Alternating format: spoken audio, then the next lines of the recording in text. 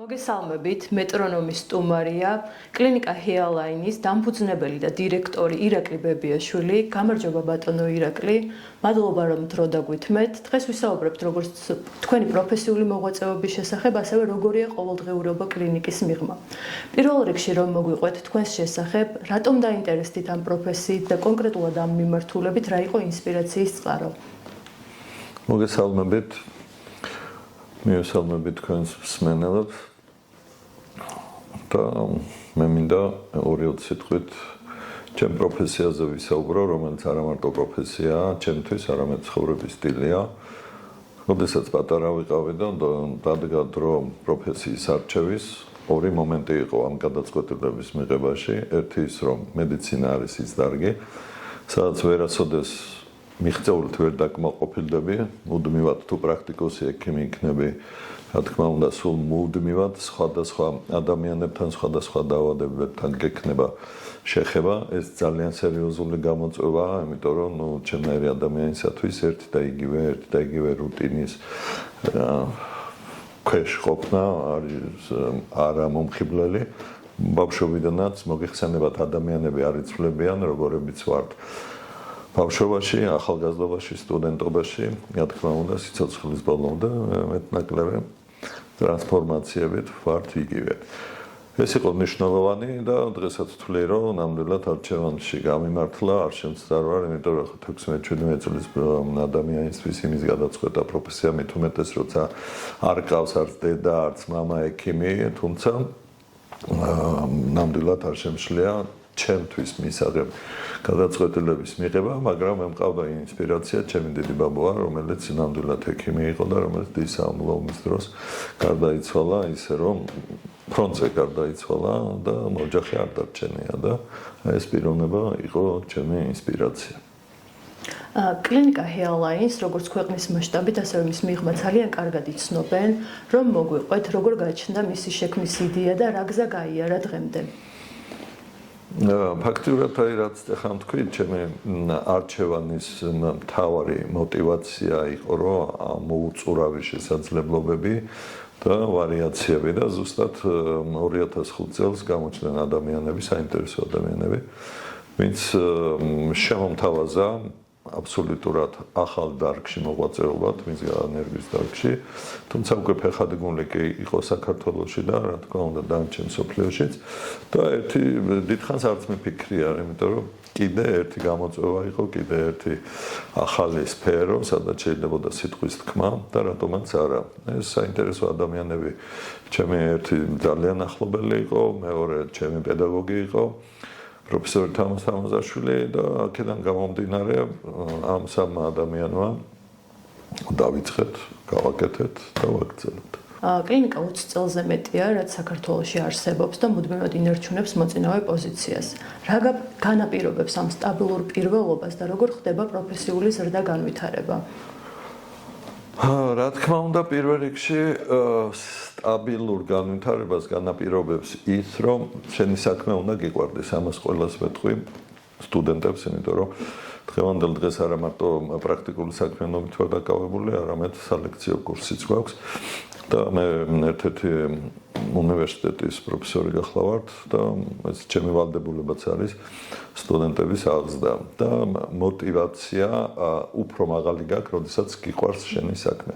პირველ რიგში ეს არის, რომ არასოდეს დღიდან დაწყებისამე დაუბრუნდები იმას, რომ თავიდანვე მაღალი თამასა ქონდა, ამიტომ რომ ხარისხი და ძალიან მაღალი ხარისხით დავიწყეთ და აი ამ თამასის დაწევა არანაირად არ შეიძლება. მით უმეტეს ვალდებულიც ვართ ის 2 ადამიანი, რომელთან ერთადაც დავიწყეთ, დღეს ცოცხალი არ არიან და მე შემიძლია თავმოთქვა, რომ სიცოცხლის ბოლომდე მათ ხარდაჭერასაც ვგრძნობ და იმ ვალდებულებასაც ვგრძნობ, რომ ეს ჩვენი დაარსებული საქმე, დაარსებული კლინიკა უნდა იყოს ყოველთვის უმაღლეს დონეზე, შესაბამისად დანარჩენ მსოფლიოში არსებულ დონესთან ამ დარგში. რამდენად მნიშვნელოვანია ზოგადად ამ პროფესიაში ყოველთვის გაყვეთ სიახლეებს და არ ჩამორჩეთ მოვლენებს? აი ინოვაციები, რომლებიც ინერგებად.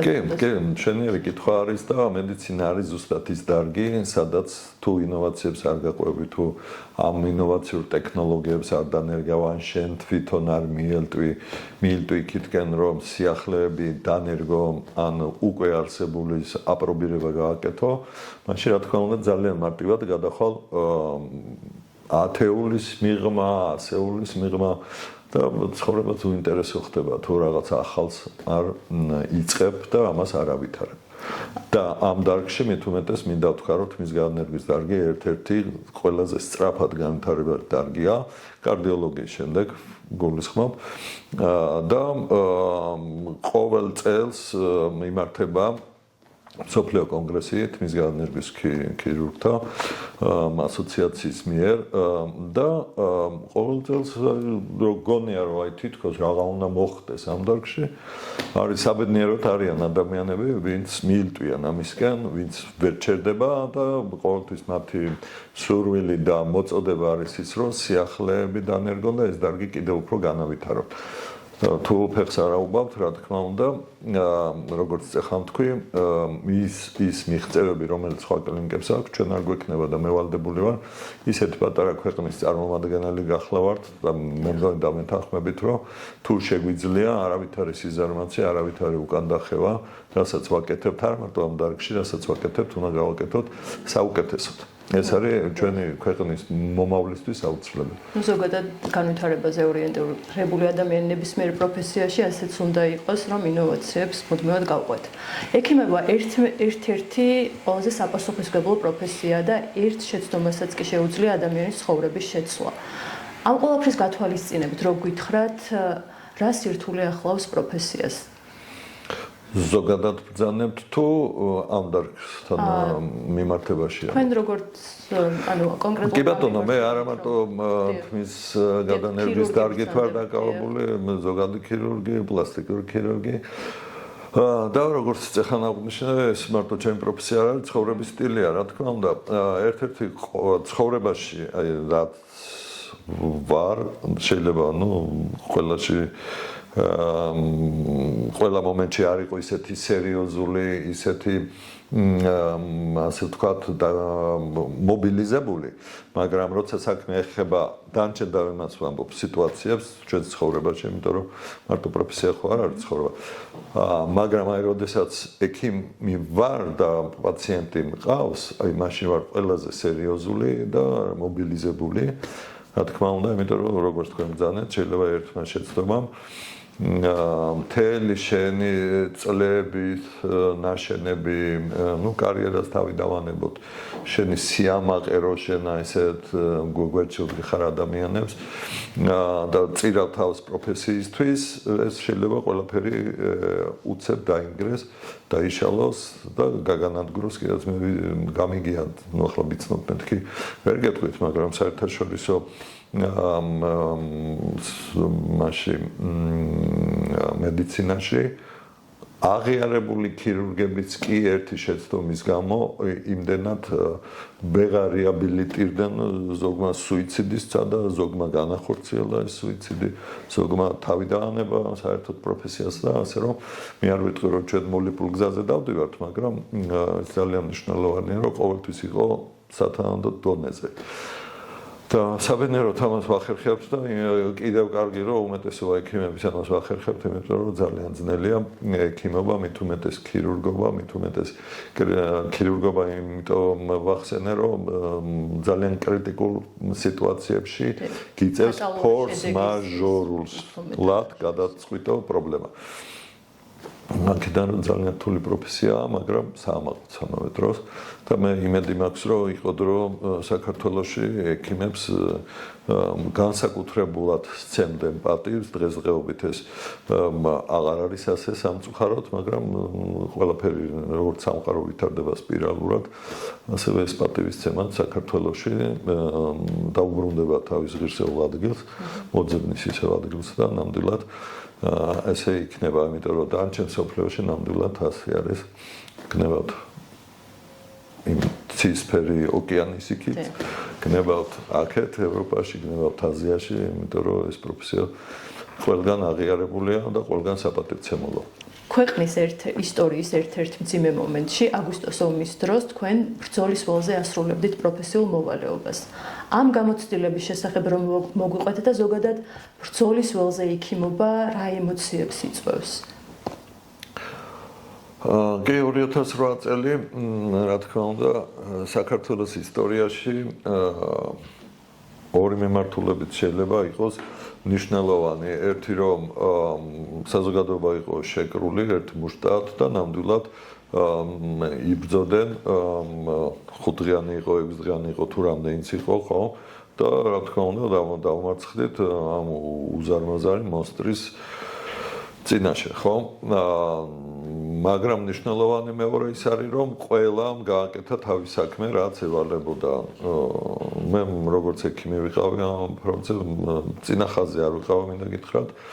იმიტომ რომ წინა ხაზზე განსაკუთრებული მომზადება ჰქონდათ, სარეზერვო ინსტიტუტი იყო მაშინ შექმნილი, მოგეხსენებათ და იქ იყვნენ გასულები, გავლილი, ვინც გაიარა, ისინი იყვნენ ჩემი მეგობრები წინა პლანზე, მაგრამ ფრონტის ხაზზე ასე ვთქვათ, მაგრამ ჩვენ ვიყავით სამწყფოში, სადაც ქარელი გორი, სადაც აკლდათ ექიმები, ქირურგები განსაკუთრებით და მაგალითად ერთი სიამოვნება იყო ყველა მედპერსონალის ყურება, რომ ყველა აკეთებდა თავის საქმეს, არავით არის შიში და უმეტესობა, ვინც ვიყავით ჩასულები გორში იყო თუ ქარელში იყო, მე ზუსტად ამ ორ კლინიკაში ვიყავი, ყველა ნებაყოფლობით ვიყავით წასული, არავით არის ვალდებულება სახელმწიფოს არა თქვენ უნდა წახვიდეთ. იყო პრობლემა, იყო საჭიროება და რა თქმა უნდა წავედ, ამით რა თქმა უნდა ვამაყობთ ის ადამიანები, ვინც ვიყავით იქ და თუმცა ერთი მომენტი იყო ადამიანები ჩემ გვერდში, ვინც ასე ვთქვათ იმ ინსტიტუტ გავლილები იყვნენ, სარეზერვო თუ გინდათ გადამზადება დავარქვათ, მაგრამ არ წამოვიდნენ ეს რჩება, ეს რა თქმა უნდა ეს მეხსიერებას რჩება.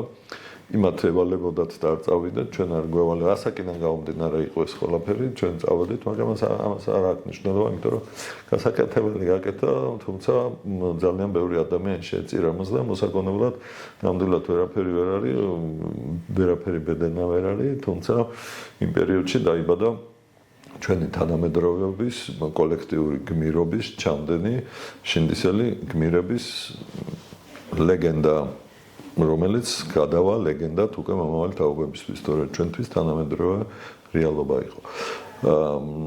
დანარჩენი მე იმის თქმა შემიძლია, რომ კიდევ თუ დაუდგა ჩემს სამშობლოს მსგავსი სიტუაცია, ანალოგიურად ისევ წავალთ მე და ჩემი მეგობრები იქ, სადაც საჭიროა, აბა სხვა ექიმს არაფერი არ შეუძლია, ხო? დაჭრილი იქნება თუ პაციენტი იქნება, მაგისთვის ვარსებობთ და გვევალება შეგვიძლია და ღვთის წყალობით ყველაფერი შესაძლებელია. როდესაც ბრძოლის ველზე ხარ, ყოველთვის არსებობს შანსი, რომ შეიძლება გახდეთ ტყუის, ბომბის მსხვერპლი. ამ დროს, როდესაც პროფესიულ მოვალეობას ასრულებთ, რამდენად გრძნობთ შიშს?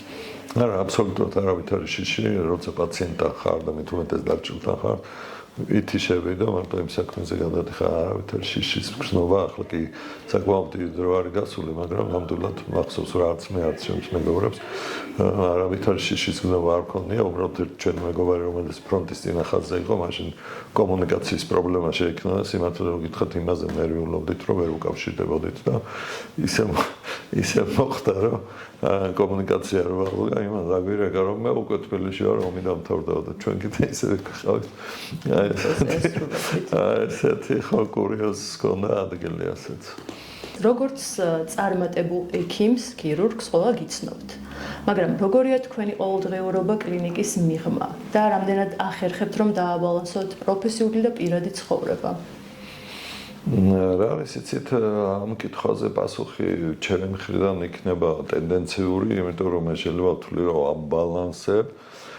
ხო, და ამ დროს შეიძლება ოჯახის წევრები ფიქრობდნენ რომ აი ეს უაკლია, მამა, მეუღლე, ბაბუა, ხო, შეიძლება ფიქრობდნენ, მაგრამ მე ვცდილობ, ხო, ახლა პროფესია კიდევ ერთხელ ვიმეორებ, ეს მარტო პროფესია არ არის, ეს ცხოვრების სტილია, თუმცა მე მყავს ბევრი მეგობრები, ვინც ძიმედ განიცადა ეს საკუთარ თავზე, რომ მეუღლე ოჯახის წევრები აი ბოლომდე ვერ ჩაწდნენ მის მისიას და ეს ცუდია, ხო, ექიმი არის ექიმი და აი მას მის პროფესიაში თავისუფლება არ უნდა შეუზღუდო, მით უმეტეს ქირურგს, ხო?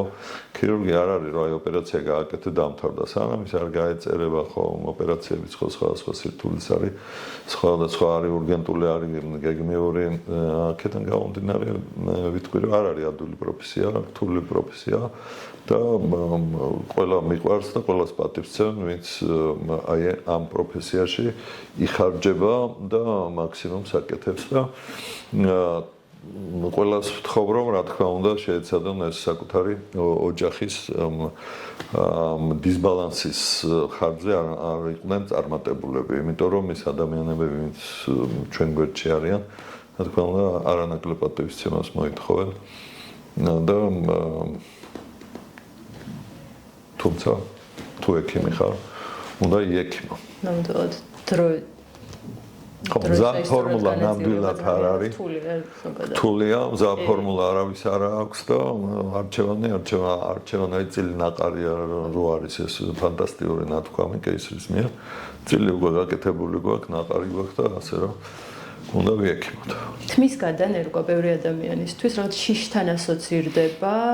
არიციან რამდენად მტკივნეული არის პროცესი, ზოგს ეშინია სწორედ ამის გამო და ვერ დგამენ ნაბიჯს. რომ გითხრათ, არის თუ არა მტკივნეული და საერთოდ უნდა გქონდეთ თუ არა ეს წინასწარი შიში ადამიანებს, რომლებსაც სჭირდებათ თმის გადანერგვა? პირველ რიგში ვიტყვი, რომ ძალიან მნიშვნელოვანია გამოცდილება ამ დარგში და არავითარი ტკივილი, არავითარი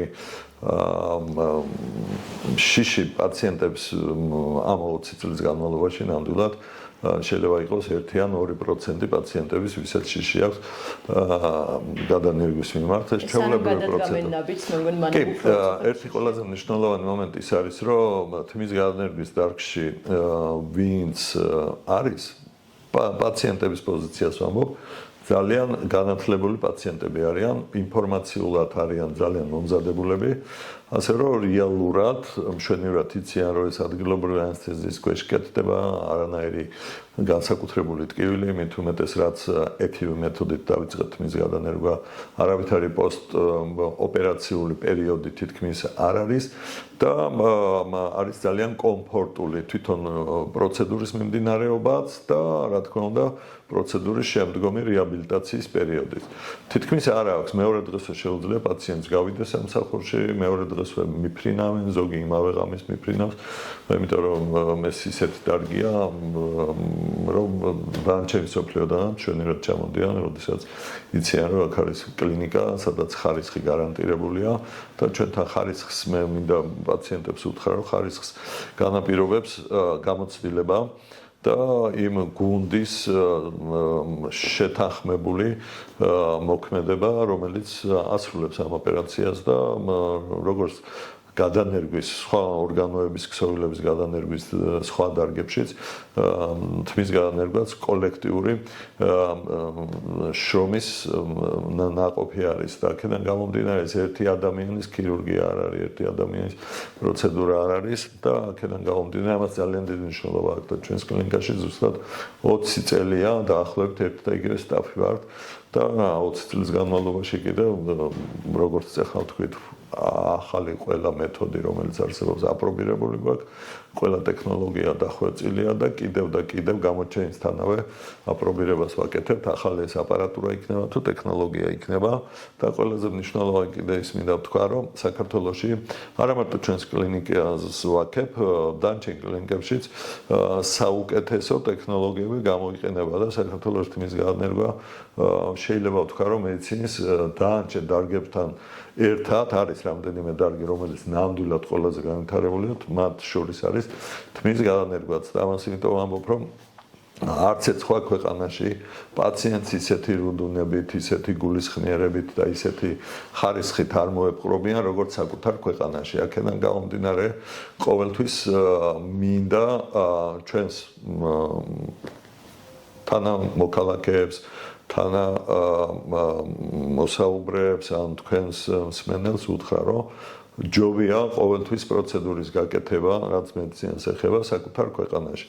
და რა თქმა უნდა, ლიცენზირებულ კლინიკაში, იმიტომ რომ ყველა ექიმს სათანადო ლიცენზია უნდა ქონდეს ამ დარგში და მოწვეული ექიმების კიდევ ყოფილა ძალიან ბევრი შემთხვევები, ეს იქნება თურქეთიდან, იქნება საბერძნეთიდან, იქნება ისრაელიდან, იმან შეიძლება სათანადო ლიცენზია არც გააჩნიათ ამ დარგში მოღვაწეობის და მით უმეტეს კიდევ თუ სხვა ქვეყანაში წავლენ სამკურნალოდ, მე თმის განმერგვის დარგს ვამბობ, შეიძლება ისეთი სერტიფიცირებული კლინიკაც კი ვერ შეარჩიონ და მე ტყუილა ჰაერზე არ ვლაპარაკობ, რა თქმა უნდა, ვირტუალურად არ ვამბობ ამ პრობლემაზე, არ ვსაუბრობ, ეს ნამდვილად ხდება, მე მოდიან ის ჩვენი პაციენტები, ვინც საზღვარგარეთ გადაინერგა, ან აქ სხვა ჩამოსულ ექიმების მიერ იქნა შესრულებული თმის განმერგვა, წუნი და მე გვიწევს გამოსწორება. ამიტომ ყოველთვის ჯობია წინასწარ ეს შეამოწმოთ სერტიფიცირებული არის კლინიკა თუ არა, ექიმები არიან სერტიფიცირებული თუ არა, რომ ესეთი მსგავსი პრობლემის წინაშე არ მოუხდეთ დადგომა. ჩვენთან ესეთი მითიც არსებობს, რომ აუცილებელია თუ კი ხარისხიანი ქირურგიული მომსახურება გჭირდება, რომ წავიდეთ საზღვარგარეთ და ნაკლები ნდობა არსებობს ქართველი ექიმებისადმი და ზოგადად საქართველოში ამ სფეროსადმი, მედიცინის სფეროსადმი. არაფერი არ იცვლება, იყო დიდი საბჭოთა კავშირი და მივდიოდით რუსეთის დიდ ქალაქებში. ახლა არსებობს თურქეთის, თქვათ, ფენომენი, რომ ანალოგიურია ხო, დიდი ქვეყანა და დიდი შესაძლებლობებით მინდიან, მაგრამ ამ პროცედურას კონკრეტულად უკეთებს ერთი კლინიკა ან ერთი ექიმი და შეიძლება გაპიარებული და მართლა სერტიფიცირებული ექიმი, ვის იმედათაც მიდიან, საერთოდ თვალითაც ვერ ნახონ და საერთოდ არ მიიღოს იმ პროცედურაში მონაწილეობა. ეს ფაქტია, იმიტომ რომ თმის განმერგვის დარგში არსებული ყველაზე პოპულარული კონგრესი, რომელიც წელიწადში ერთხელ იმართება, ყოველ წელს იწყება იმით, რომ შავი მარკეტინგი საწინააღმდეგო მოწოდებებით და შავ მარკეტინგში იგულისხმება ის, რომ არასერტიფიცირებული, არალიცენზირებული კლინიკაში ხდება თმის განმერგვა და არის მერე რა თქმა უნდა სერიოზული გართულებები. ერთ-ერთი გართულება ის არის, რომ პაციენტი ვერ ღებულობს რეზულტატს. თუ მარტო ამით დამთავრდა, ეს ხო გაუმართლა მაშინ, ხო და თუ აი უფრო სერიოზული გართულებები, ეს უკვე დასანალია. ბოლოს მინდა რჩევა გაუზიაროთ ადამიანებს, რომლებსაც სამომავლო პროფესია დააქვთ ექიმობა არჩეული. მე რა თქმა უნდა ყველას ჩვენს მომავალ თაობას უსურვებ, რომ ერთ-ერთი ყველაზე საპატივცემულო, ერთ-ერთი ყველაზე საინტერესო, ერთ-ერთი ყველაზე მნიშვნელოვანი პროფესია დედამიწის ზურგზე რაც არსებობს, არის მედიცინა. ამოუწურავია იქ მედიცინის შესაძლებლობები და მედიცინაში პიროვნებების შესაძლებლობები. თუ ადამიანი არის მაძიებელი, ერთ-ერთი თქვენი ადგილი მაშინ არის მედიცინაში. ეს იქნება მეცნიერული მიმართულებით თუ სუფთა კლინიკური მიმართულებით. და რა თქმა უნდა, ყველას უსურვებ წარმატებას. და ვუსურვებ, რომ არ შეშინდნენ, მიუხედავად იმისა, რომ გზა პროფესიული წარმატებისაკენ ძალიან გრძელია, ნამდვილად მიზანსწრაფად და მიზანიც ის არის, რომ აუცილებლად გახდე წარმატებული და ამ დარგში შეუძლიათ ყველას რომ მიაღწიონ წარმატებას. მით უმეტეს დღევანდელ დღეს შესაძლებლობები თუ საქართველოში არ არის ამ დარგში, დანარჩენი მსოფლიო ღია და ელოდება ყველა წარმატებულ ადამიანს და მე მიხარია რომ ქართველი ექიმები არა მარტო საქართველოში არიან წარმატებულები, არამედ ევროპისა და ამერიკის წარმატებულ კლინიკებში და ყველას უსურვებ რომ აი გადმოერთონ, იყო დრო, როდესაც მე მაგალითად სტუდენტი გავხდი, მაშინ ესეთი დილემა იყო, ან ყველაზე პრესტიჟული პროფესია იყო იურისტობა და ექიმობა. და დღეს მინდა რომ აი ესეთი პრესტიჟი დაუბრუნდეს მედიცინას, იმიტომ რომ მართლა გაცილებით მეტი შესაძლებლობებია უკვე ამ მიმართულებით. ძალიან დიდი მადლობა ბატონო ირაკლი, საინტერესო და ინფორმაციული ინტერვიუ გამოვიდა. საჭირო რჩევებსაც მიიღებენ ადამიანები, რომლებიც ამ სფეროში გადაწყვეტენ მოღვაწეობას.